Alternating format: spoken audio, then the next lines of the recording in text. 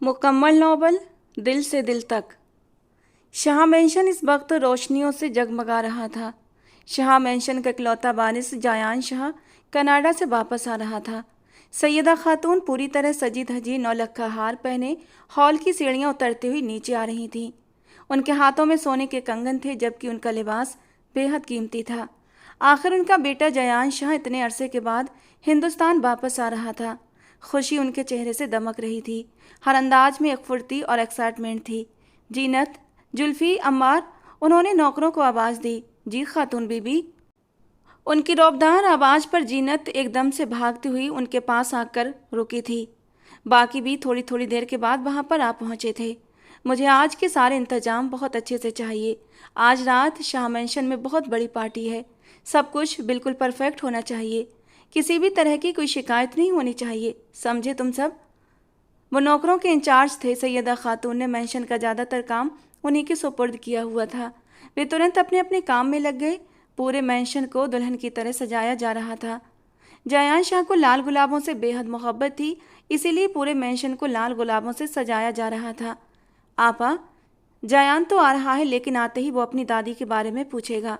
और फातिमा बेगम तो लखनऊ में है, आप तब क्या जवाब देंगी। अनीला अली ने सैयदा खातून से कहा, इसकी फिक्र मत करो, उसका भी सोच लिया है मैंने। और वैसे भी अब जयान शाह को वही करना होगा जो मैं चाहूँगी। घमंड और तकब्बुर से बोलती सैयदा खातून ने अपने दुपट्टे का पल्लू झटका, जैसे उन्हें पूरा यकीन था कि सब कुछ अब उनकी मुट्ठी में है। लेकिन अनीला की बेचैनी फिर भी कम नहीं हो रही थी। और जायान का वो बचपन का निकाह। चुप करो अनीला। कौन सा निकाह? बचपन के निकाह की कोई वैल्यू नहीं होती। इतना अरसा मेरा बेटा बाहर रहा है, वो इन फिजूल सी चीज़ों को क्यों अहमियत देने लगा। सैयदा खातून ने हिकारत और नखरे से कहा, देख लें आपा, सबसे बड़ा मसला तो आपकी सास का है, जो बेटी के घर बैठी हुई है, और जायान की मनकूहा, उनकी प्यारी बेटी की बेटी, उनकी नवासी अबरश है।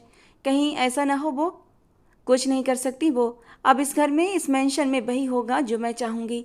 इस मेंशन की मालकिन मैं हूँ, सैयदा खातून, और जायान शाह मेरा बेटा है, और वो वही करेगा जो मैं चाहूँगी।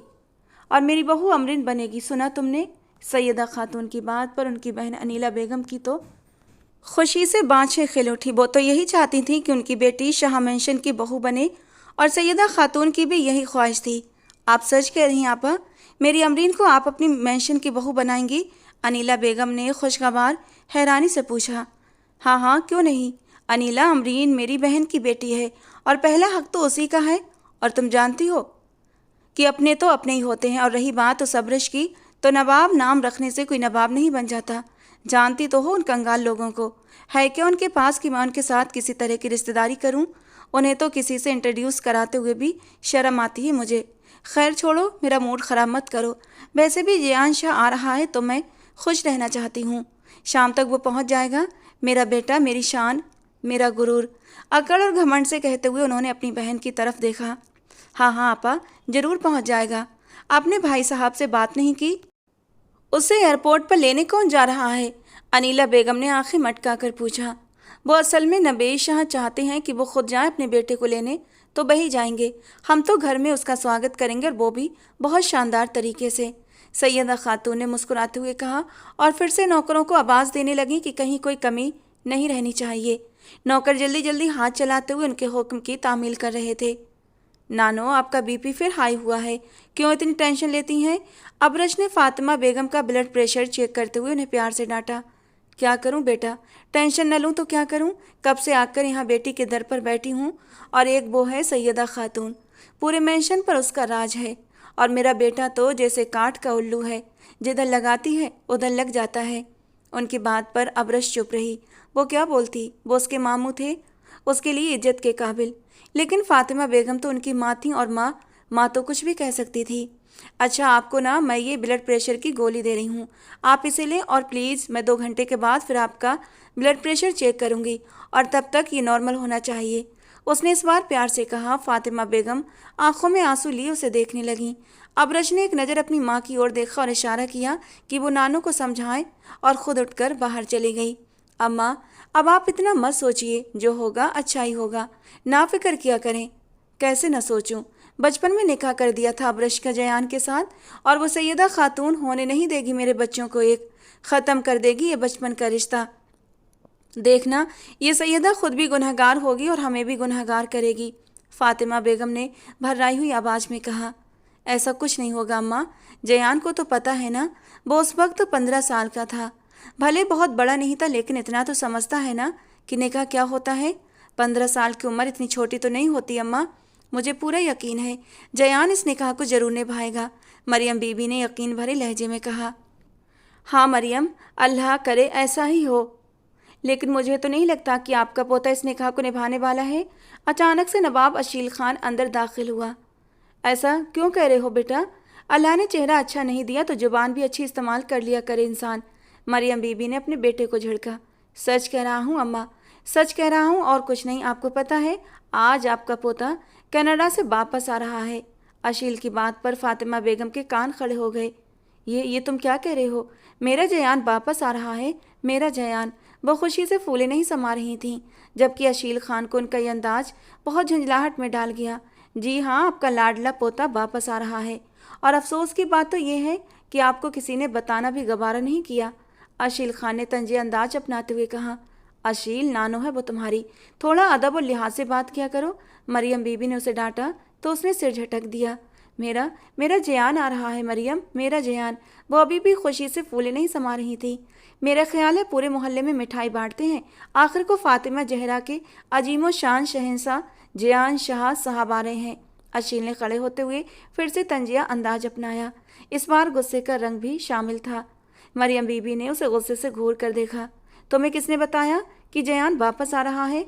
हमारे पास भी पक्की खबरें होती हैं मम्मा, मुखबिर छोड़े हुए हैं हमने। आप आम खाया करें, गुठलियाँ ना गिना करें। अशील खान ने सिर झटकते हुए कहा। और एक बात और, आज शाम मेंशन में एक बहुत बड़ी पार्टी भी अरेंज की जा रही है आपके पोते के आने की खुशी में। लेकिन अब मैं अगर फिर अफसोस करूं तो आप मुझे डांटेंगी, जबकि यह हकीकत है कि हर कोई वहां पर मौजूद होगा, लेकिन हम नहीं होंगे। वो गुस्से से बोलता हुआ बाहर निकल गया। फातिमा बेगम की आंखों में आंसू आ गए। वो आज शाह मेंशन में पार्टी कर रहे हैं और उन्हें किसी ने इनवाइट भी नहीं किया। फातिमा बेगम उदास हो गई। अम्मा, आप दिल छोटा ना करें। आपको सैयदा खातून का पता तो है ना कि वो कैसी है। बस अल्लाह से अच्छे की उम्मीद रखा करें, अल्लाह सब कुछ अच्छा करेगा। मरियम बीबी ने माँ को दिलासा दिया। तुम देखना मरियम, अब मेरा जयान आ गया है ना, तो वो सब ठीक कर देगा। मेरी अब्रश को ब्याह कर भी ले जाएगा और मुझे भी दोबारा अपने घर में जाने का मौका मिलेगा। वो घर जिसका कोना कोना मैंने बड़े प्यार से अपने हाथों से सजाया था। फातिमा बेगम यकीन भरे लहजे में बोली, जबकि मरियम बीबी सिर्फ आमीन ही कह सकी। फातिमा जहरा और जावेद शाह के 2 बच्चे थे। बड़े बेटे का नाम नवेद शाह था, जबकि बेटी मरियम शाह थी। मरियम की शादी उनकी ज़िंदगी में ही जावेद शाह ने अपने दोस्त के बेटे नवाबजादा इब्राहिम खान के साथ तय कर दी थी। यूं तो शाह खानदान की बेटी खानदान से बाहर नहीं जाती थी, लेकिन दोस्ती की खातिर उन्होंने अपनी बेटी को नवाब खान की फैमिली में दे दिया। वक्त गुजरता गया, अल्लाह ने दोनों को औलाद जैसी नेमतों से नवाजा।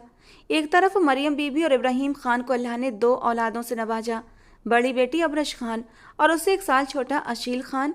दूसरी तरफ अल्लाह ताला ने सैयदा खातून और नवेद शाह को बेटे जैसी नेमत से माला माल किया था। सैयदा खातून शुरू से ही नखरीली और घमंडी औरत थीं। वो शाह मेंशन में सिर्फ अपना राज चाहती थीं, और यही वजह थी कि उनकी आज तक अपनी सास से नहीं बनी थी। उनकी हरकतों से तंग आकर फातिमा बेगम अपनी बेटी के घर चली जाती थीं। और आखिरी बार तो इतनी सख्त लड़ाई हुई थी कि नवेद शाह अपनी माँ को अपनी बहन के घर खुद ही छोड़ने आए थे। इस बात को भी लगभग 3 साल का अरसा गुजर चुका था। 3 साल पहले उनकी जयान से फ़ोन पर जो बात हुई उसमें भी सिर्फ सलाम दुआ तक ही बात हुई थी, क्योंकि सैयदा खातून कभी भी जयान का संपर्क उसकी दादी से होने नहीं देती थी।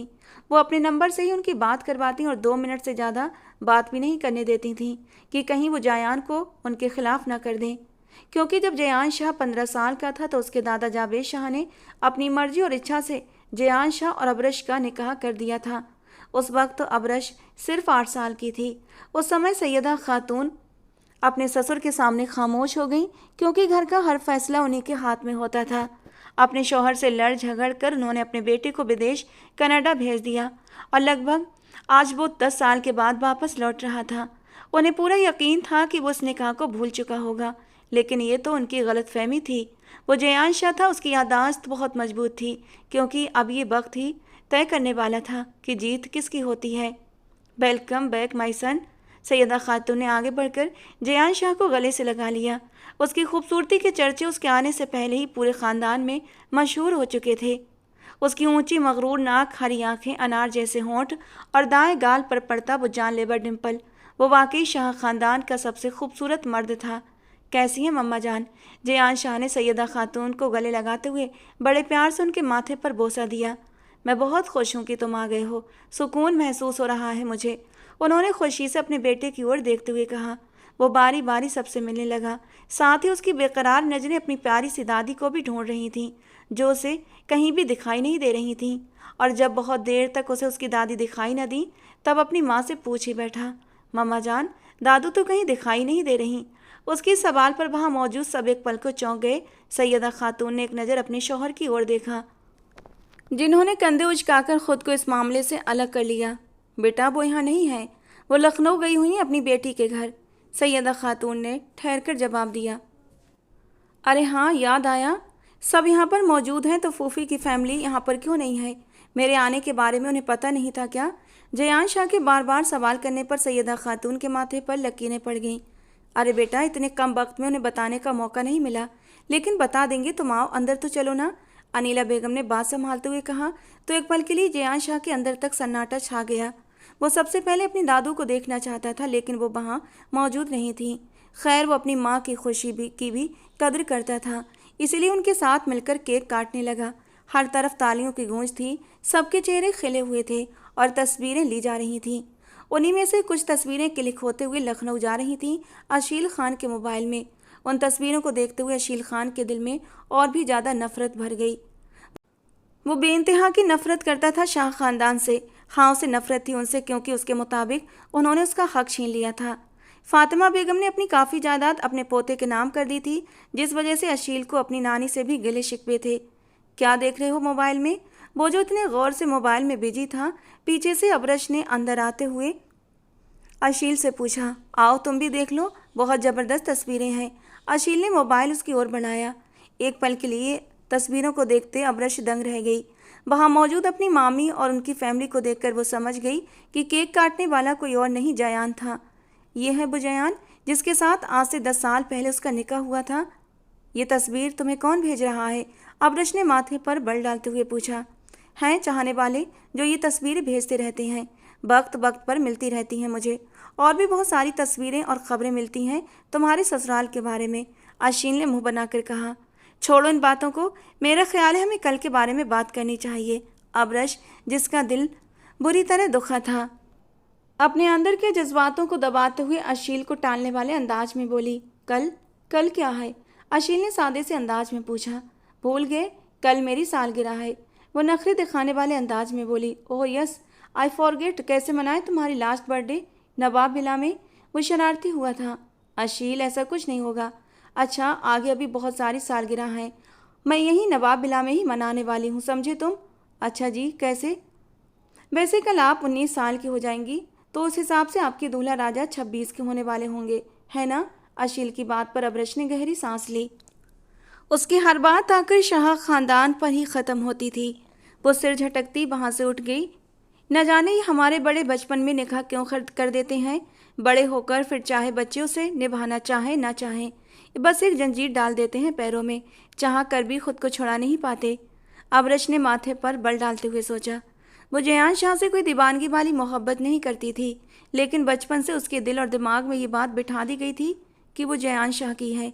मतलब ये नहीं कहा गया था कि जयान उसका है, बल्कि वो जयान की है। इस बात पर अबरश को चिढ़ होती थी, गुस्सा आता था, लेकिन सिर्फ अपने दिल में। सबके सामने वो कोई असर नहीं दिखाती थी।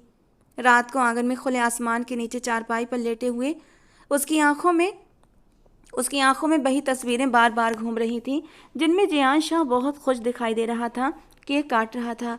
एक तरफ सैयदा बेगम थी तो दूसरी तरफ एक लड़की खड़ी थी। वो एक बहुत ही प्यारी सी लड़की थी और जयान को जिन नज़रों से देख रही थी, एक पल के लिए अबरश ठिठक गई। उसके दिल में मेरा शौहर वाला एहसास जाग उठा था। जैसे आमतौर पर लड़कियों से कहा जाता है कि अपने मनकूहा के अलावा किसी और के बारे में न सोचो, वैसे ही लड़कों से भी तो कहा जाना चाहिए कि वो अपनी मनकुहा के अलावा किसी और को न सोचें। वो ठंडी आह भरकर रह गई। अब्रश आपी। दीवार की दूसरी तरफ से जैबी ने उसे पुकारा तो वो अपनी जगह से उठी। क्या हुआ आपी? आपके आपके यहाँ लाइट है क्या? वो 16 साल की मासूम जैबी अपना चश्मा ठीक करते हुए अब्रश से पूछ रही थी। अब्रश ने पीछे मुड़कर कमरों की लाइट्स देखी जो सब जल रही थीं। जैबी, मुझे तो लाइट्स ऑन ही दिख रही हैं। अच्छा, फिर हमारी ही लाइट खराब होगी, वो अपना चश्मा ठीक करते हुए बोली। शायद। कब आ रहा है तुम्हारा 10th का रिजल्ट? अब्रश ने सीने पर बाहें बांधते हुए पूछा। जी 1 हफ्ते बाद, वो जल्दी से बोली। सप्लीज कितनी आएंगी यह भी साथ में बता दो। अशील बाहर से आकर चारपाई पर बाजू फैलाकर लेटते हुए बोला। कोई सप्ली नहीं आएगी आपी, इंशाअल्लाह। आपने इतनी मेहनत करवाई है तो अल्लाह जरूर रंग लाएगा, जैबी ने पूरे यकीन से कहा। सारी मेहनत तो अब्रश आपी ने ही की है। तुमने तो नून हटाकर बे बनाने जितनी मेहनत की है ना, उसका रिजल्ट 1 हफ्ते के बाद आ ही जाएगा। अशील ने उस पर तंज के तीर डुबो डुबो कर चलाए। अब्रश आपी ये क्या कह रहे हैं? मैंने तो बहुत मेहनत की है ना, और मैं पास भी हो जाऊंगी। जैबी को अपने रिजल्ट की टेंशन हो गई। हाँ हाँ, इंशाल्लाह जरूर पास हो जाओगी। अब्रश ने अशील को एक नज़र घूरते हुए जैबी से कहा तो वो अशील को मुँह चिढ़ाती हुई नीचे उतर गई। क्यों तंग करते रहते हो उसे हर वक्त? नहीं, आप खुद बताइए, इस दौर में जहाँ बच्चा बच्चा इतना चालाक और तेज है, ये भला कहाँ से पैदा हो गई? वो वाकई बहुत मासूम है अशील। ऐसे ही यार, बस करो तुम भी। अगर इस दुनिया में ना उसके जैसे 2-3 मासूम और पैदा हो गए ना, तो इस दुनिया की तो खैर ही नहीं फिर। अशील ने सिर झटकते हुए कहा। ये आजकल तुम कुछ ज़्यादा ही सांप बिच्छू निकाल रहे हो मुँह से। खैरियत तो है ना? हाँ, खैरियत ही है। खैर छोड़ो, मैंने कल एक बहुत बड़ी तो नहीं, क्योंकि अमीर नहीं हूँ मैं, तो छोटी सी गेट टुगेदर पार्टी घर में रखी है। तुम अपने किसी दोस्त को बुलाना चाहो तो बुला सकती हो। अशील ने खुले दिल से कहा। अच्छा, शुक्रिया बहुत बहुत आपका, आपने इतना मेरे बारे में सोचा। अब्रश ने मुस्कुराकर कहा। वो दोनों भाई बहन ऐसे ही थे, एक दूसरे के साथ ही खुशियाँ बांटते और एक दूसरे के साथ ही एक दूसरे का दुख भी बांटते थे। ये तुम क्या कह रहे हो जायान? तुम लखनऊ क्यों जाना चाहते हो? अचानक से जायान ने लखनऊ जाने का फैसला किया। उसे अपनी दादू से मिलना था, जो यहाँ पर नहीं थी, और कोई उसे ठीक से बता भी नहीं रहा था कि उनकी वापसी कब है। उनसे संपर्क का कोई जरिया भी नहीं था कि वो उनसे फ़ोन पर बात कर सके। इसीलिए उसने लखनऊ जाने का फैसला किया। मम्मा जान, मुझे अपनी दादू से हर हाल में मिलना है। आप जानती हैं कि यहाँ आकर मैं उनसे ना मिलूं, ऐसा नहीं, नामुमकिन है ये। और वैसे भी आपने कहा है कि वो कुछ दिनों के लिए गई हैं, तो अच्छी बात है ना, मैं उनसे जाकर मिल लेता हूँ। इस तरह फूफी से भी मुलाकात हो जाएगी और वापसी पर मैं दादू को अपने साथ ले आऊँगा। जायान शाह के इतने लंबे चौड़े इरादे सुनकर सैयदा खातून का तो चेहरा ही बन गया। उन्हें यकीन नहीं आया कि उनका बेटा इस तरह उनके हाथ से निकल जाएगा। तुम वहाँ नहीं जाओगे जयान, सैयदा खातून ने सख्त लहजे में कहा। लेकिन क्यों मम्मा जान, मैं क्यों ना जाऊँ? वो भी उनके सामने डटकर खड़ा हो गया। क्योंकि ये मैं कह रही हूँ, हमारा अब उनसे कोई ताल्लुक नहीं है।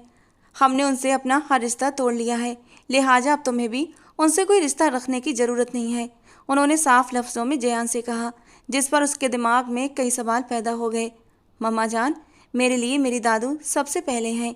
आप सबसे रिश्ता तोड़ लें, लेकिन मैं अपनी दादू को हरगिज़ भी नहीं छोड़ सकता हूँ, और इसीलिए मैं वहाँ जाऊँगा, ज़रूर जाऊँगा। ये मेरा आखिरी फ़ैसला है।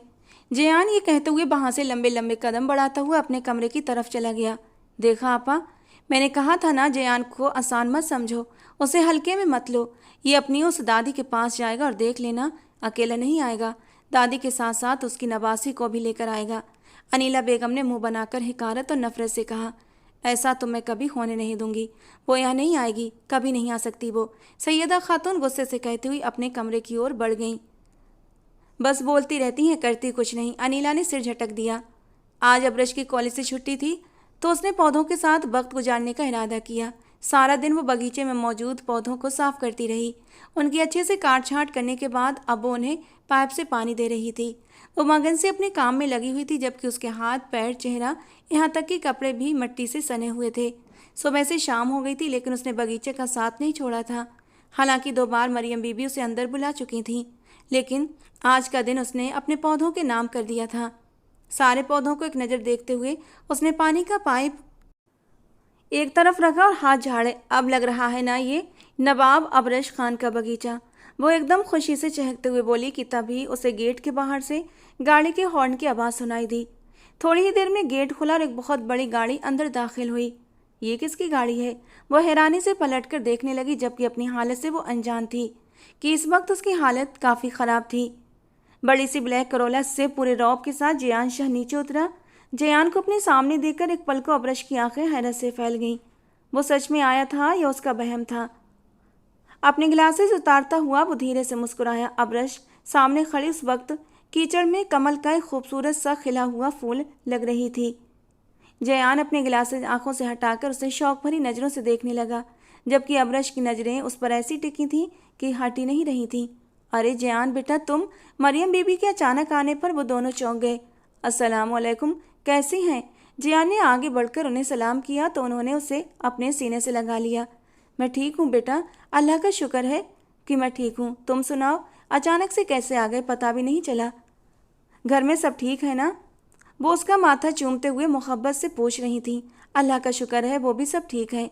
मेरी दादू कहाँ है? मुझे दादू से मिलना है। जयान के लहजे में बेचैनी और मोहब्बत छुपी थी। हाँ हाँ, वो भी तुम्हारा ही इंतजार कर रही हैं। चलो, कब से तुम्हारे इंतजार में बैठी हैं, आओ अंदर चलें। अब्रश जल्दी से बेटा खाने का बंदोबस्त करो, कहते हुए वो जयान को लेकर अंदर चली गई, जबकि जयान मुड़कर उसे एक नज़र देखना नहीं भूला था।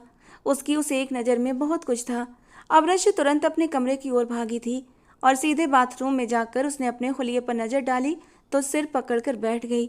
उफ, मैं किस हालत में हूँ! उन्होंने मुझे इस हालत में देख लिया, न जाने क्या सोच रहे होंगे मेरे बारे में।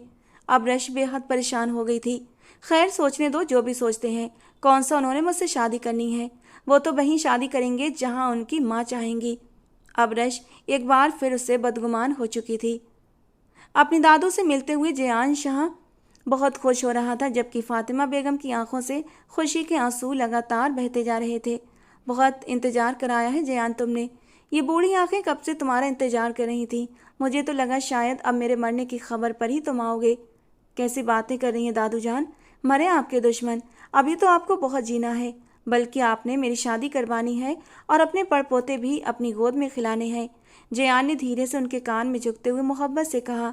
हाँ, अगर तुम्हारी माँ ने तुम्हारी शादी होने दी तो। फातिमा बेगम ने नखरे वाले अंदाज में कहा। क्या मतलब इस बात का? निकाह हुआ है तो शादी भी होगी ना?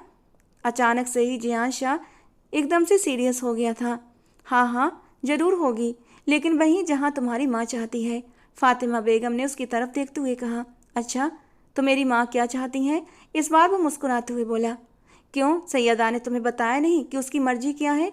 दादू, उनकी मर्जी अपनी जगह, लेकिन जो 10 साल पहले हुआ था उसे कोई भुला नहीं सकता। जयान की बात पर फातिमा के चेहरे पर मुस्कान उभरी। तुम्हें 10 साल पहले वाला निकाह याद है? दादू, निकाह भी कोई भूलने की चीज़ है? वो उनके बालों में हाथ फेरते हुए धीरे से बोला। अच्छा, फिर एक वादा दो मुझे। उन्होंने उसकी तरफ देखते हुए कहा कि इस निकाह के रिश्ते को तुम मरते दम तक निभाओगे। मेरी अब्रश को कभी नहीं छोड़ोगे तुम। दो वादा मुझे। एकदम फातिमा बेगम ने उसके आगे अपनी हथेली फैला दी और जयान उन्हें हैरानी से देखने लगा। दादू, इसमें वादे की क्या बात है? दादू, इसमें वादे की क्या बात है? मैं अपनी आखिरी सांस तक इस रिश्ते को निभाऊंगा और चाहे कुछ भी हो जाए, मुझ पर भरोसा रखिए। वो उनका माथा चूमते हुए उन्हें यकीन दिला रहा था। फातिमा बेगम के दिल में सुकून सा उतर गया। रात के खाने पर जयान की मुलाकात अपने फूफा इब्राहिम खान से हुई। सबने बहुत ही खुशगवार माहौल में खाना खाया। अब्रश उसके बाद जयान के सामने नहीं आई थी, जबकि अशील ने उससे सिर्फ हाथ मिलाना ही मुनासिब समझा था। वो वैसे उसे थोड़ा खिंचा खिंचा सा था। जब से वो आया था उसकी खूब खातिरदारी हो रही थी, जबकि अशील को आज अपनी बहन की सालगिरह मनाने का मौका भी नहीं मिला था, क्योंकि सबका ध्यान जयान शाह ने अपनी ओर खींच लिया था। अशील, अपना मूड ठीक कर लो ना अब। अब्रश ने उसे छत पर अकेले पाया तो उसके पास चली आई। क्या मूड ठीक करूं? सारे प्लान का बेड़ा गर्क कर दिया तुम्हारे उस पास्ट के दूल्हे ने। अशील, तुम बार बार मुझे इस तरह मत कहा करो। पता नहीं उसका क्या इरादा है क्या नहीं। ऐसे कहते हो तो अजनबीपन सा महसूस होता है। अब्रश ने गहरी सांस लेकर सामने चांद की ओर देखा जो आज पूरा चमक रहा था। अच्छा सॉरी, तुम्हें बुरा लगा तो। अशील ने तुरंत उसके उदास चेहरे की ओर देखते हुए अपनी गलती मान ली। वैसे पार्टी से ज़्यादा अच्छा था कि तुम मुझे कोई गिफ्ट दे देते। उसने उसकी तरफ देखते हुए नखरे से कहा। गिफ्ट तो मिल गया तुम्हें आज। इतना कहते ही अशील ने अपनी जुबान दांतों तले दबा ली। अब्रश ने फिर से उसे घूर कर देखा। तुम बाज नहीं आओगे ना? तो उसकी बात पर अशील कहा लगाकर हंस पड़ा। क्या करूं यार, ये जुबान ही नहीं रुकती ना। हालांकि 32 दांतों के बीच में है, फिर भी कैंची की तरह चलती रहती है। अशील खुद का मजाक बनाते हुए सिर पर हाथ रखे हंस रहा था।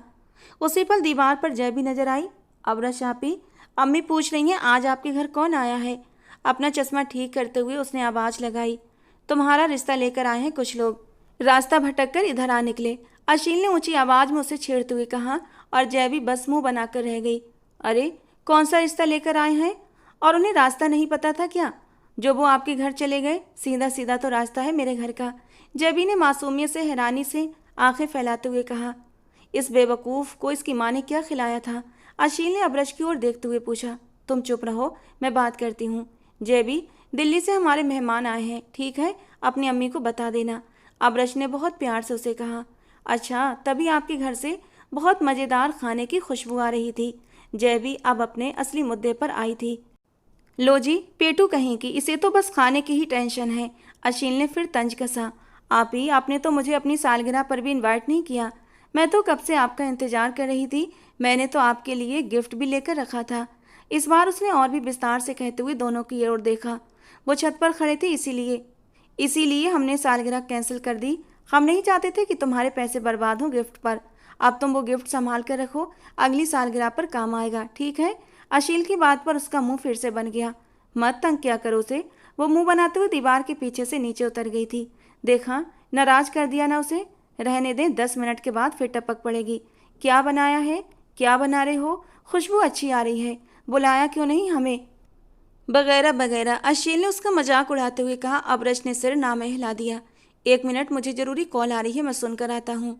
अशील के मोबाइल पर किसी की कॉल आई तो वो अटेंड करने के लिए सीढ़ियाँ उतरकर नीचे चला गया, जबकि अब्रश फिर से चांद को देखते हुए गहरी सोच में डूब गई। चांद, हवा और मैं। रात के किसी पहर में जब तन्हाई के कुछ पल नसीब होते हैं, तब एक अनजाना सा एहसास रग रग में उतरता है। चांद की प्यारी किरणें जब मेरे चेहरे पर पड़ती हैं, तब एक सुहाना सा मंजर हर तरफ छा जाता है। ऐसे पल में हवा का एक झोंका जब मुझे छूकर गुजरता है, तो किसी की कमी का एहसास दिलाता हुआ मुझे बेचैन कर देता है। साथ ही मेरी तन्हाई के हर पल साथ रहे, हर पल ये कहे, चांद, हवा और मैं। वो अपनी नज़म खुद ही पढ़ती मुस्कुराई थी। उसकी मुस्कान बहुत दिलकश थी, जिसे चुपके से ऊपर आने वाले जियान शाह ने भी देख लिया था। 10 साल पहले की अब्रश में और अब की अब्रश में ज़्यादा फर्क नहीं था। पहले उसका कद छोटा था, बाल भी छोटे थे, लेकिन नाक पर तो हर वक्त गुस्सा रहता था। और आज की अब्रश बड़ी हो गई थी और खूबसूरत भी हो गई थी, लेकिन नाक का गुस्सा आज भी वैसा ही था। वो धीरे से उसके पास जाकर खड़ा हुआ। वो उसकी तरफ देखने लगा, जो अभी भी चांद को खोए हुए अंदाज में देख रही थी। लगता है चांद से पुरानी दोस्ती है आपकी। अचानक से अपने पीछे से आती एक मर्दाना आवाज़ सुनकर अब्रश बुरी तरह चौंकी थी। अपने साथ खड़े जियान को देखकर वो हैरानी से आंखें फैला गई। आप कब आए? उसने घबराकर इधर उधर देखा, लेकिन अशील कहीं भी नहीं था। जब आप चांद के साथ दिल ही दिल में बातें कर रही थी। अब की बार जियान ने सामने नजर आते चौदहवीं के चांद को देखा। बहुत खूबसूरत है ये चांद। अब्रश की खामोशी पर जियान फिर से बोला। जी खूबसूरत है, लेकिन इसमें भी दाग है। अब्रश की बात पर जियान चौंका। लेकिन मेरे चांद में कोई दाग नहीं, वो उसे गहरी नज़रों से देखते हुए बोला। उसकी बात पर अब्रश घबराकर उसे देखने लगी और फिर जल्दी से अपना चेहरा मोड़ लिया। वो समझ गई थी कि वो उसके बारे में बात कर रहा है। काफ़ी रात हो गई है, हमें चलना चाहिए। अब्रश ने अपना दामन बचाना चाहा और पलट गई, लेकिन एकदम जियान ने उसका हाथ पकड़ लिया। उसका दिल 120 की रफ्तार से धड़कने लगा। अब्रश को उम्मीद नहीं थी कि जयान ऐसे उसका हाथ थाम लेगा। मेरा हाथ छोड़ें जयान, अब्रश ने कुछ सख्त लहजे में कहा। हाथ छोड़ने के लिए नहीं पकड़ा अब्रश, और वैसे भी तुम पर अपना हक रखता हूँ। जयान की बात पर अब्रश के माथे पर बल पड़ गए। उसने झटके से अपना हाथ छुड़ा लिया। जी, 10 साल बाद आपको याद आया कि अब्रश नाम की एक लड़की लखनऊ में बसती है, जिस पर आप अपना हक रखते हैं, है ना? अब्रश के तंज पर जयान भी संजीदा होते हुए उसकी ओर देखने लगा। इन 10 सालों में एक दिन भी नहीं भूला मैं। मेरी जान, तुम मेरी मनकूहा हो और हमेशा रहोगी। जयान ने दिल से कहा। वेरी गुड, बहुत सही जा रहे हैं आप। मनकूहा हूँ और मनकूहा ही रहूँगी, क्योंकि शादी तो आपने करनी नहीं। अब्रश ने अपनी बात अधूरी छोड़ दी। क्या कहना चाह रही हो तुम? उसकी बात पर जयान के माथे पर बल पड़ गए। वही जो सच है। आप मुझे अपने साथ बांध कर रखना चाहते हैं, जबकि हकीकत में आप खुद आज़ाद रहना चाहते हैं। जिससे चाहे शादी करें, आपको कौन रोकने वाला है। लेकिन अब रश आपके नाम पर सारी जिंदगी इस दहलीज पर बैठी रहेगी। ना आप उसे रुखसत करा कर लेकर जाएंगे और ना ही आप उसे आज़ाद करेंगे। अबरश के तीखे अल्फाज पर वो एक पल को जयान उसे घूर कर देखने लगा।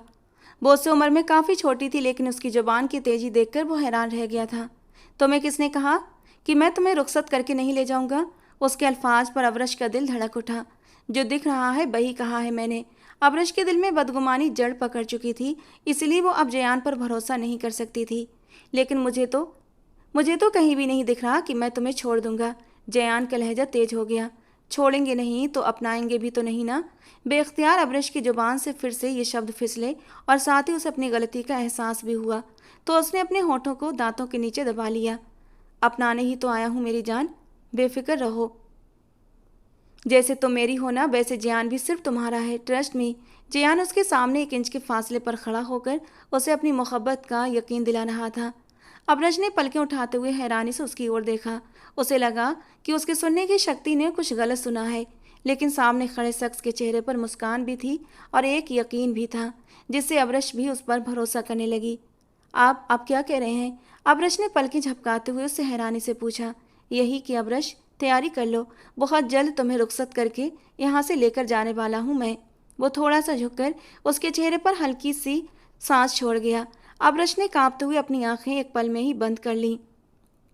क्या एहसास था, कैसा जज्बा था, जिसे वो कोई नाम नहीं दे पा रही थी, लेकिन सब कुछ बहुत अच्छा लग रहा था। सामने खड़े शख्स के साथ उसे अच्छा लग रहा था। शायद शायद यही वो चाहती थी, मोहब्बत भरा यकीन। अबरश, जो बिना पलक झपकाए जयान की आंखों में देख रही थी, जहां मोहब्बतों का एक जहान आबाद था, अपने पीछे अशील की आवाज़ सुनकर चौंकी और पीछे मुड़ी। अशील की आंखों में नापसंदीदगी साफ झलक रही थी। माथे पर गहरे बल पड़े हुए थे। रात बहुत गहरी हो गई है, आ जाओ नीचे चलें। अशील ने जयान को देखते हुए सपाट अंदाज में कहा, तो अबरश एक नज़र जयान को देखती हुई अशील के पास से गुजरते हुए नीचे उतर गई। अशील कड़वी नज़रों से जयान को देखता रहा, जबकि जयान अपनी पैंट की जेबों में हाथ डाले अशील को मुस्कुराकर देख रहा था। कैसे मुमकिन है ये? बताइए मुझे। जयान बिना किसी को बताए, बिना इन्फॉर्म किए लखनऊ के लिए निकल गया। आपने उसे रोका क्यों नहीं? सैयदा खातून उस वक्त तो पूरे शाह मेंशन में शोर शराबा किए हुए थीं। नवीर शाह सिर पकड़कर बैठे थे। उनका बेटा और उनकी बीबी एक दूसरे के सामने आते हुए अपनी अपनी बात पर डटे हुए थे। मुझे नहीं पता वो कब निकला। वहां पहुंचकर बस उसने मुझे सूचना दी कि वो लखनऊ पहुंच गया है, और ज़्यादा बड़ी बात नहीं है जो ये इस तरह शोर कर रही हो। उसने कहा है कि 2 दिन रहकर वो वापस आ जाएगा।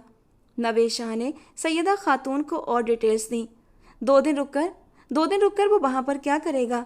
उसे सिर्फ अपनी दादी से मिलना था ना, मिलकर वापस आ जाता। उसे वहाँ रात भी रहने की क्या ज़रूरत थी? उनका घर देखा है आपने? किसी भी कमरे में एसी तक नहीं। वो बिना एसी के कैसे रहेगा वहाँ? सैयदा खातून को बेटे की फिक्र होने लगी।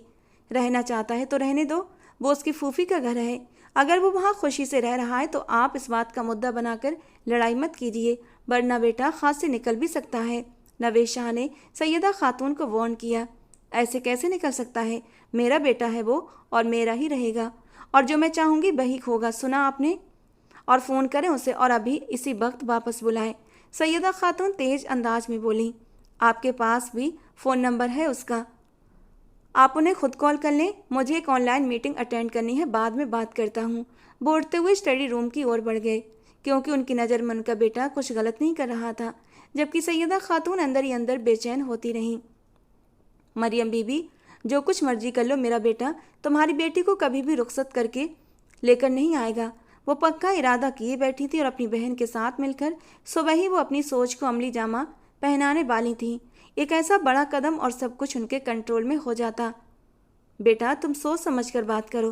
कहने को तो सब कुछ हो सकता है, लेकिन माँ बाप के बिना तो कुछ भी नहीं हो सकता ना। और तुम्हारी मम्मा, वो तो इस रिश्ते से बिल्कुल भी राजी नहीं है। इब्राहिम खान ने धीमे लहजे में जयान से उसकी बात सुनते हुए विस्तार से उसे समझाने का इरादा किया। जानता हूँ इस वक्त जो हालात चल रहे हैं उसमें ये बात करना ठीक नहीं, लेकिन फिर भी अंकल, मैं अपनी दादी को वापस ले जाना चाहता हूँ। जयान शाह की बात पर इब्राहिम खान ने सवालिया नज़रों से अपनी पत्नी और सास दोनों को देखा। जिनके चेहरे के भाव साफ बता रहे थे कि जयान की बात से वो राजी नहीं है। जयान बेटा, मेरा ख्याल है ये बड़ों की बात है, आप इसमें ना पड़े तो बेहतर है। वो 3 साल से यहीं पर हैं और वो यहाँ बहुत खुश हैं, संतुष्ट हैं। उनकी हर ज़रूरत का ख्याल रखा जाता है यहाँ पर, तो उन्हें यहीं पर रहने दो। आप आकर उनसे मिल लिया करना। लेकिन कोई मुझे ये तो बताए कि आखिर ऐसी क्या बात हुई कि दादी ने घर छोड़ दिया। जयान शाह का लहजा तेज हो गया। वो उसकी दादी थी तो कैसे सब मिलकर उन्हें उससे अलग कर सकते थे। बेटा, बेहतर होता कि ये तुम अपनी माँ से पूछो, जो नहीं चाहती कि मैं वहाँ पर रहूँ। और मैं यहाँ बहुत खुश हूँ बेटा, सब मेरा बहुत अच्छे से ख्याल रखते हैं। मैं खुद भी अब वहाँ जाना नहीं चाहती। फातिमा बेगम ने जवाब देते हुए सारी बातें ख़त्म कर दी। अगर आप नहीं जाएंगी तो फिर मेरी बारात में भी नहीं आएंगी ना। आज आप नहीं जा रही, कल आप कहेंगी कि मेरी नवासी भी उस घर में नहीं जाएगी। ये सिलसिला आगे कैसे चलेगा फिर? जयान ने माथा सहलाते हुए पूछा। क्या मतलब? तुम अपने रिश्ते की बात कर रहे हो? इब्राहिम खान ने चौंकते हुए पूछा। बिल्कुल, मेरी अमानत है आपके पास। अब्रश को मैं रुखसत करके उसी घर में लेकर जाऊंगा अंकल, और मेरा ख्याल है दादी को बारात के साथ आना चाहिए। क्यों दादी? जयान की बात पर फातिमा बेगम के चेहरे पर मुस्कान फैल गई। अगर ऐसी बात है तो फिर मैं राजी हूँ। फातिमा बेगम ने तुरंत अपना रुख बदल लिया। मरियम बीबी ने शिकायती नज़रों से देखा कि कैसे फ़ौरन उन्होंने पैतरा बदल लिया था। ये हुई ना बात। जयान शाह ने खुशी से उन्हें अपने गले से लगा लिया। लेकिन बेटा, ध्यान रखना, मुझे नहीं लगता कि तुम्हारी मम्मा तुम्हारी दादी को एक्सेप्ट करेंगी। इब्राहिम खान ने कुछ सोचते हुए कहा। एक्सेप्ट भी करेंगी और बारात के साथ भी आएंगी। आप तैयार रहिएगा, अब मैं ज़्यादा इंतजार नहीं करवाऊंगा आप लोगों को। जयान ने उनके कंधे पर हाथ रखते हुए मजबूत लहजे में कहा, तो इब्राहिम खान उसकी मजबूती देखकर धीरे से सहमति में सिर हिला गए। फातिमा बेगम का बैग अब्रश ने पहले ही तैयार कर दिया था, लेकिन उसकी आंखों में ढेरों आंसू चमक रहे थे। आप मत जाइए ना नानी, आपके बिना हम उदास हो जाएंगे। अब्रश के लहजे में गहरी उदासी घुली हुई थी। बेटा, दिल तो मेरा भी नहीं कि मैं वहाँ जाऊँ, लेकिन तुम्हारी खातिर जाना पड़ेगा मुझे। तुम्हें वहाँ रुखसत होकर आना है ना, उसके लिए मेरा वहाँ पहले जाना ज़रूरी है। बेफिक्र रहो, तुम्हारी नानी का ख्याल रखने वाला जयान है ना, कुछ नहीं होगा मुझे। आप वादा करें, आप रोज़ मुझसे फ़ोन पर बात करेंगी। अब्रश ने उनके हाथ थामते हुए प्यार भरे लहजे में कहा। हाँ मेरी जान, रोज़ करूँगी, और फिक्र मत करो, बस सब तैयारी करो। तुम्हें अपने घर का होता हुआ देख लूँ तो मुझे एक सुकून सा मिलेगा। उन्होंने अब्रश को अपने सीने से लगा लिया। अब्रश के होंठों पर हल्की सी मुस्कान आ गई। उसके दिल में भी जयान के लिए उम्मीदें जाग चुकी थीं। कहीं ना कहीं वो भी उसे चाहने लगी थी। वो भी चाहती थी कि जयान बारात लेकर आए और उसे अपनी दुल्हन बनाकर रुखसत करवा कर यहाँ से लेकर जाए। शायद अब वो उसे पसंद करने लगी थी। ये क्या है? अचानक जयान उसके कमरे में आया और उसके सामने एक रैप किया हुआ गिफ्ट बढ़ा दिया। अब्रश हैरानी से उसे देखते हुए पूछने लगी, यार मुझे आइडिया नहीं था कि कल तुम्हारा बर्थडे था, तो ऐसे ही आज तुम्हारे लिए ये ले लिया। पता नहीं तुम्हें अच्छा लगेगा या नहीं। जयान ने थोड़ा झिझकते हुए कहा। आपने ख़रीदा है तो अच्छा ही होगा। अब्रश ने पलकों को झुकाते हुए कहा। खोल कर नहीं देखोगी? जयान की नज़रें उसके चेहरे पर टिकी हुई थी। अब्रश ने हल्के से सिर हिलाया और गिफ्ट खोल दिया। उसमें से एक बहुत ही खूबसूरत ब्रेसलेट निकला। वाह, ये तो बहुत प्यारा है, उसने एकदम खुशी से चहकते हुए कहा। क्या मैं इसे तुम्हें पहनाऊं? जयान ने उसकी आंखों में देखते हुए इजाज़त मांगी। अब्रश ने बिना कुछ कहे बस अपना हाथ उसकी तरफ बढ़ा दिया। जयान ने उसकी नाजुक कलाई पर ब्रेसलेट पहनाया और धीरे से उसका हाथ थाम लिया। अब्रश, मैं बहुत बड़े बड़े वादे नहीं करूँगा, लेकिन इतना यकीन दिलाता हूँ कि बहुत जल्द तुम्हें यहाँ से रुखसत करके अपने साथ लेकर जाऊँगा, क्योंकि तुम्हें देखने के बाद अब तुम्हें चाहने का दिल करता है। तुमसे निकाह हुआ है, मेरी महरम हो तुम, अपने पास ले जाकर ढेर सारा प्यार करना चाहता हूँ। उसकी बातों पर अब्रश की पलकें कांप गईं, लेकिन उसके होंठ खामोश ही रहे। तुम कुछ कहोगी नहीं?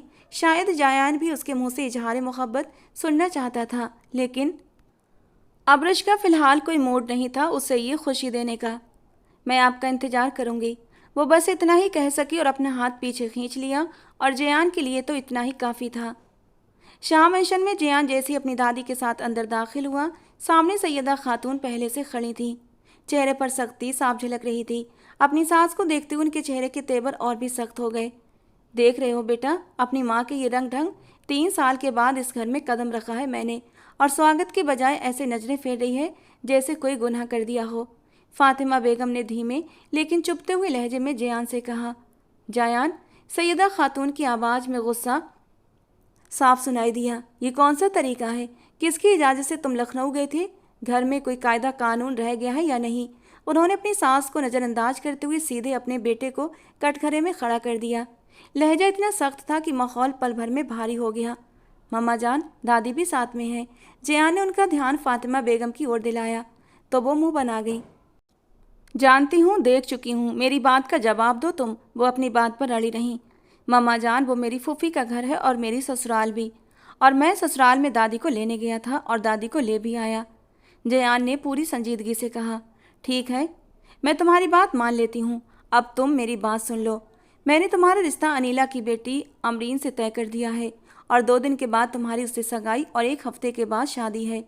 उम्मीद करती हूँ तुम मुझे मायूस नहीं करोगे। सैयदा खातून की बात पर जयान के होंठ भिज गए। मम्मा, आप जानती हैं कि मेरा निकाह हो चुका है और अब आप ये सगाई का नया शगुफा छोड़ रही हैं। आपको नहीं लगता ये गलत बात है? जयान ने संजीदगी से माँ की ओर देखते हुए कहा। कौन सा निकाह? कैसा निकाह? मेरी बात सुनो जयान, वो बचपन की बातें थीं और उस वक्त तुम इतने बड़े नहीं थे कि इस बात पर सोचते। भूल जाओ, उस निकाह की कोई वैल्यू नहीं। उन्होंने सख्त अंदाज में कहा। मम्मा जान, आपकी नज़र में उस निकाह की कोई वैल्यू नहीं होगी, लेकिन मेरे लिए मेरा निकाह बहुत अहम है, चाहे वो 15 साल की उम्र में ही क्यों ना हुआ हो। जयान ने साफ लफ्ज़ों में अपना फैसला सुना दिया और फातिमा बेगम को साथ लिए अंदर की ओर बढ़ गया। उसे अपनी मम्मा से ये उम्मीद नहीं थी कि वो उसकी दादी को देखकर उन्हें सलाम तक नहीं करेंगी। देख लिया क्या हाल है तुम्हारी अम्मी का? सलाम तक करना उसने गवारा नहीं किया। आप इग्नोर करें दादू, क्योंकि होगा वही जो मैं चाहता हूँ। लेकिन मुझे नहीं लगता सैयदा तुम्हारी शादी के लिए राजी होगी। वो कभी भी अबरश को अपनी बहू के रूप में स्वीकार नहीं करेगी। मुझे नहीं पता मम्मा ये सब क्यों कर रही हैं, लेकिन ये बात तो तय है कि अबरश को मैं कभी नहीं छोड़ सकता। नेवर फॉरएवर, वो मजबूत अंदाज में कहता हुआ वहाँ से बाहर निकल गया। घर में एक ठंडी सी जंग छिड़ गई थी। एक तरफ सैयदा खातून जयान शाह की सगाई अनिला की बेटी अमरीन से करवाना चाहती थी, तो वहीं जयान शाह अपनी मनकूहा अबरश खान को अपने घर लाना चाहता था। दोनों ही माँ बेटा उस वक्त बुरी तरह एक दूसरे के खिलाफ खड़े थे। ऐसे में नवेश शाह और फातिमा बेगम दोनों ही इस टकराव के बीच बुरी तरह पिस रहे थे। नवेश शाह, आप अपने बेटे से कह दीजिए कि आखिरी फैसला इस घर में मेरा ही होता है। बाबा जान, आप मम्मा जान से कह दीजिए कि हर फैसला उनका मेरी सर आँखों पर है, लेकिन मैं अपनी बीबी अबरश को नहीं छोड़ सकता। वो मेरे निकाह में है और मेरी कमिटमेंट है उसके साथ, जिसे मैं चाह कर भी नहीं तोड़ सकता। इसीलिए इन्हें मेरी बात माननी पड़ेगी। नाश्ते की टेबल पर उस वक्त फिर से तनाव की जंग छिड़ चुकी थी। दोनों ही हार मानने को तैयार नहीं थे। ठीक है, अगर ऐसा है तो ऐसा ही सही। मैं भी देखती हूँ तुम कैसे लेकर आते हो अबरश को इस घर में बहू बनाकर, और वो भी मेरी इजाज़त के बिना। सैयदा खातून गुस्से से उठकर वहाँ से चली गईं। जयान ने सख्ती से आंखें बंद करते हुए सिर झटका। आपा, मैं आपको बता रही हूँ, जो प्लान मैंने बनाया है ना, उसके मुताबिक अगर आप काम करेंगी तो ही जयान अबरश का पीछा छोड़ देगा, वरना आपको ही हार माननी पड़ेगी। देख लो अनिला, कहीं कोई गड़बड़ ना हो जाए। सैयदा खातून थोड़ा सा घबरा गई थी। अरे आप फिक्र मत करें, मैंने अमरीन को सब समझा दिया है। वो वैसा ही करेगी जैसा मैंने कहा है। उसके बाद जयान को मजबूरन अमरीन से ही शादी करना पड़ेगी, अनिला बेगम ने शातिर मुस्कान के साथ कहा। सैयदा खातून ने सोचते हुए सिर हाँ में हिला दिया। क्या हुआ, क्यों चिल्ला रही हो इतना? अमरीन के कमरे के बाहर से गुजरते हुए जब जयान ने अंदर से उसके चीखने की आवाज़ सुनी तो वो खुद को रोक न सका और अंदर की ओर बढ़ गया।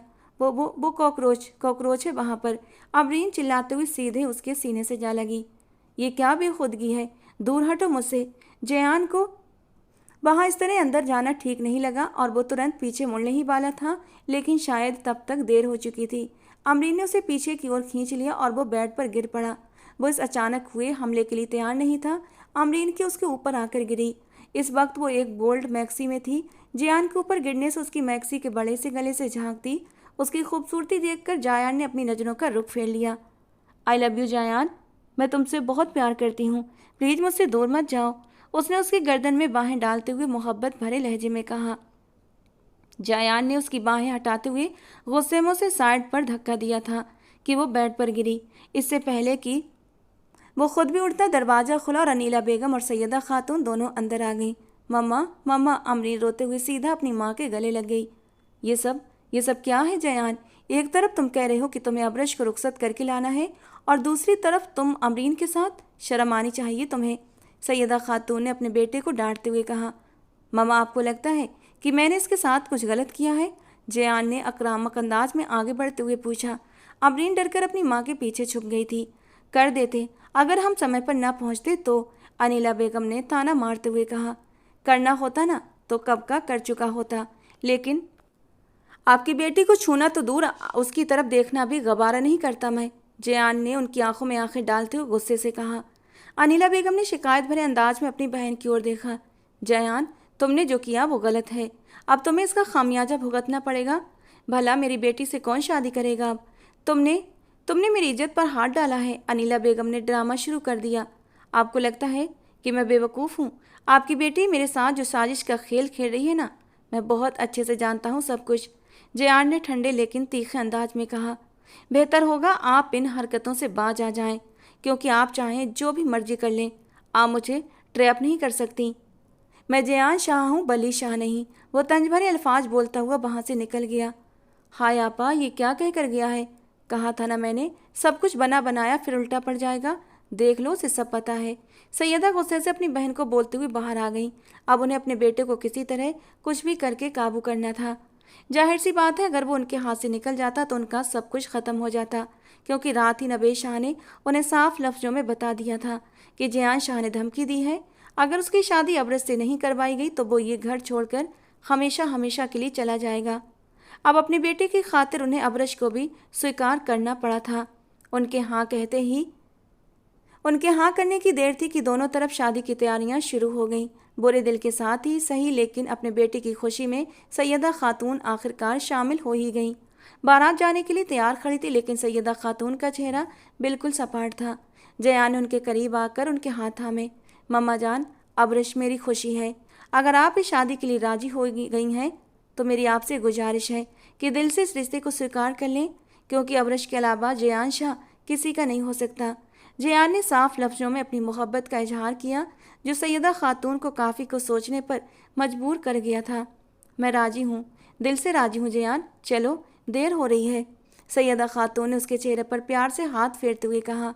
बारात दिल्ली से लखनऊ की ओर रवाना हुई, जहाँ बहुत शानदार तरीके से बारात का स्वागत किया गया। अबरश दुल्हन बनकर परी जैसी लग रही थी। जयान शाह की नज़रें बार बार उसकी ओर उठ रही थीं। सैयदा खातून का सपाट अंदाज सबने वहाँ पर महसूस किया, लेकिन वो शादी के लिए राजी हो गई थी। सबके लिए यही बहुत बड़ी बात थी। शाह मेंशन में अबरश का स्वागत बहुत शानदार तरीके से किया गया था, लेकिन सैयदा खातून किसी भी रस्म में शामिल नहीं हुई थी। सभी रस्मों के बाद अबरश को जयान शाह के कमरे में पहुँचा दिया गया। जयान अपने कमरे में जाने के बजाय अपनी माँ के पास आया था और उनके पास बैठते हुए उनके हाथों को चूमने लगा। मम्मा जान, आपका बहुत बहुत शुक्रिया, आपने मुझे मेरी ज़िंदगी की सबसे बड़ी खुशी दी है। वो दिल से उनका शुक्रिया अदा कर रहा था। सैयदा खातून जरा सा मुस्कुरा दी। मैं आपको कभी किसी भी मौके पर नाराज़ नहीं करूँगा मम्मा जान, और यकीन रखिए एक दिन आप गर्व से कहेंगी कि अबरश आपकी बहू है। ये मेरा आपसे वादा है। प्यार से उनके गले लगता हुआ वो कमरे से बाहर निकल गया और कॉरिडोर से होते हुए अपने कमरे की ओर बढ़ा। दरवाज़ा खोला तो सामने बिस्तर के बीचों बीच लहंगा फैलाए वो मासूम नाजुक सी दुल्हन उसका इंतजार करती नजर आई। जयान धीरे से दरवाज़ा लॉक करते हुए उसकी तरफ बढ़ा और उसके पास जाकर बैठ गया। वो उसे एकटक देखता रहा। अबरश के दिल पर उसकी नज़रें भारी पड़ रही थीं। बार बार पलकें उठाकर झुकाते हुए वो एक अजीब से एहसास में डूब रही थी, और फिर तंग आकर उसने जयान की आंखों के आगे अपनी दोनों हथेलियां रख दीं। जयान के चेहरे पर हल्की सी मुस्कान आ गई। अब ऐसे शर्माओगी तो तुम मुझे रोक नहीं पाओगी, उसने शरारत से कहा। प्लीज़ जयान, मुझे शर्म आती है, अबरश ने पलकें झुकाते हुए कहा। तुम्हें शर्म आनी भी चाहिए मेरी जान, क्योंकि जो कुछ मैं अभी करने वाला हूँ बिना शर्माए वो काम हो ही नहीं सकता। जयान ने मुस्कुराते हुए कहा तो अबरश और भी बुरी तरह शर्मा गई। आपने मेरे लिए स्टैंड लिया, मैं जानती हूँ बहुत मुश्किल टास्क था, उसने सर झुकाकर कहा। हाँ, बहुत मुश्किल टास्क था, तो इनाम भी तो बड़ा होना चाहिए। वो उसकी हाँ में हाँ मिलाते हुए मुस्कुराकर बोला। कैसा इनाम? वो हैरानी से उसे देखते हुए पूछने लगी तो वो थोड़ा सा उसके करीब होकर झुक गया। इनाम में मुझे अबरश चाहिए, पूरी की पूरी, ऊपर से नीचे तक। उसकी अर्थपूर्ण बात पर अबरश के चेहरे पर शर्म और हया के रंग बिखर गए थे। बोलो, मिलेगी? उसने जिद करते हुए पूछा। तो वो और भी सिर झुका गई। यार बताओ ना, बिना तुम्हारी इजाज़त के तुम्हें छूना नहीं चाहता। दिल पर बहुत पहरे बिठा लिए, लेकिन अब थकने लगा हूँ। जयान, अब्रश ने धीमे से उसकी ओर देखा। आपके पास हूँ, आपके कमरे में, इससे बढ़ के आपको और क्या चाहिए? अब्रश ने मासूमियत से पूछा। जयान कुछ पल उसे देखता रहा। उसकी आंखों में भावनाएं साफ झलक रही थीं। फिर उसने अपनी नज़रें हल्की से झुका लीं और धीमे स्वर में बोला, मुझे बस तुम्हारी रजा चाहिए अब्रश, तुम्हारी खुशी, तुम्हारा भरोसा, इससे ज़्यादा कुछ नहीं। कमरे में खामोशी फैल गई। सिर्फ उनकी धड़कनों की आवाज़ सुनाई दे रही थी। अब्रश ने धीरे से अपने दुपट्टे को ठीक किया और हल्की सी सांस ली, जैसे खुद को संभाल रही हो। मैं यहीं हूँ जियान, आपके पास, आपके रूम में। आपको और क्या चाहिए? अब्रश ने हैरानी से पूछा। तुम्हारी कुर्बत। वो उसके चेहरे के करीब झुका, धीरे से उसका सिर तकिए पर टिकाया और उसकी आंखों में देखते हुए उसके दुपट्टे को पीछे सरका दिया। दुपट्टा हटते ही छोटे से ब्लाउज से उभरती उसकी नरम धड़कनों को देखता वो अपने होंठ का कोना कुचलते हुए खुद के अंदर स्पार्क होता महसूस कर रहा था। दिल बेसाख था और नरम नाजुक धड़कनों को छूने के लिए मचलने लगा था। अगले ही पल उसकी नज़र सफ़ेद दूधिया पेट पर गई, जहां उसकी खूबसूरत बेली बटन देखते ही वो बेखुद हुआ था और बड़ी नरमी से अपनी उंगलियों से उसे धीरे धीरे महसूस करने लगा। अब्रश की सांसें गहरी हुई थीं। अगले ही पल उसकी धड़कन तेज हुई जब जयान ने एक झटके से उसके लहंगे की जिप खोली थी। अब्रश ने झट से अपनी आंखें कसकर बंद कर लीं, लेकिन उसकी पलकों की हल्की सी कपकपी को जयान गौर से देख रहा था। उसने बारी बारी से उसकी दोनों आंखों पर अपने होंठ रख दिए। उसकी थरथराती पलकों को देखते हुए जयान जैसे किसी और ही दुनिया में खो गया था। मेरा इरादा था तुमसे ढेर सारी बातें करूंगा, लेकिन अब बातें किसी और दिन करेंगे, अभी कुछ और करेंगे। बोलते हुए वो अपनी शर्ट उतार गया था। उसके सिक्स पैक देखते हुए अब्रश ने डर से थूक निकला। लाइट बंद करता हुआ वो उसके करीब हुआ। उसके ब्लाउज को अलग करता वो बड़ी मदहोशी और नरमी से उसकी नरम धड़कनों को सहला रहा था। अब्रश की सांसें अनायास ही तेज हुई थीं। इस छुअन पर वो बुरी तरह से मचल उठी थी। आह जयान प्लीज़। एक मदहोश सिसकी अब्रश के होंठों से निकली थी जब जयान उसकी नरम धड़कनों की टिप को अपनी जीभ से सहलाते हुए उन्हें गीला कर रहा था। अब्रश के होंठों से निकलने वाली ये मदहोश सिसकियाँ जयान को और भी मदहोश कर रही थीं। वो बड़ी शिद्दत से उनका रस पीने लगा। तुम बहुत खूबसूरत हो। उसके गालों पर अपने होंठों की मुहर लगाता वो उसके कान में धीरे से सरगोशी कर गया था। गालों से होंठों तक का सफ़र कुछ ही सेकंड में तय हुआ था। उसकी हर शिद्दत पर बेडशीट को मुट्ठियों में दबोच लेती थी वो।